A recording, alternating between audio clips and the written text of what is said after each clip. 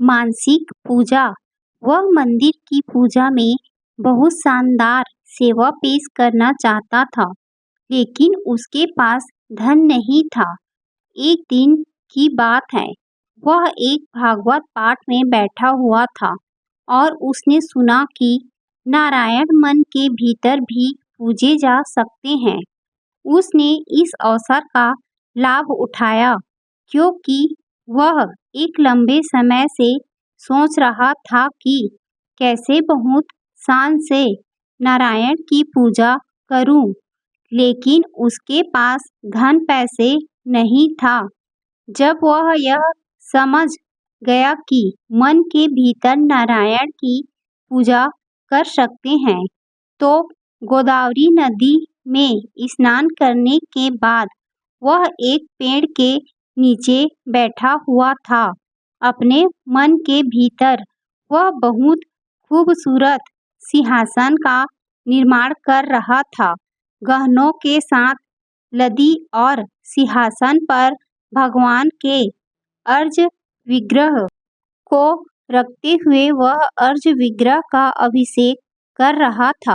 गंगा, यमुना, गोदावरी, नर्मदा, कावेरी के जल के साथ फिर बहुत अच्छी तरह से अर्ज विग्रह का श्रृंगार कर रहा था और फूल माला के साथ पूजा कर रहा था।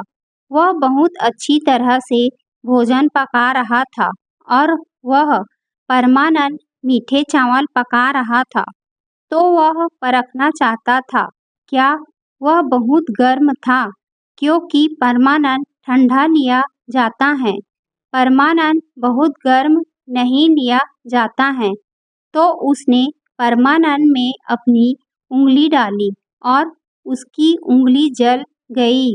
तब उसका ध्यान टूटा, क्योंकि वहाँ कुछ भी नहीं था, केवल अपने मन के भीतर वह सब कुछ कर रहा था। लेकिन उसने अपनी उंगली जली हुई देखी तो वह चकित रह गया। इस तरह बैकुंठ से नारायण मुस्कुरा रहे थे। देवी लक्ष्मी जी ने पूछा, आप क्यों मुस्कुरा रहे हैं? मेरा एक भक्त अति प्रभावी मानस पूजा कर रहा है। मेरे अन्य अधिक भक्त सब उच्च साधनों से, सामग्रियों से मेरी अर्चना करते हैं, लेकिन मन भटकता रहता है। इस समर्पित भक्त का वास बैकुंठ में होना चाहिए। अतः मेरे दूतों को तुरंत भेजो उसे बैकुंठ लाने के लिए। भक्ति योग इतना अच्छा है कि भले ही आपके पास भगवान की भव्य पूजा के लिए साधन न हो, आप मन के भीतर यह कर सकते हो। यह भी संभव है। क्या फर्क पड़ता है कि किसका नंबर कब आना है? जाना सबने ही है। हमको एहसास ही नहीं रहता कि हम सफर में ही नहीं, बल्कि एक लाइन में भी हैं। नित्य अच्छे कार्य करे। कौन सा दिन आखिरी है, कोई नहीं जानता।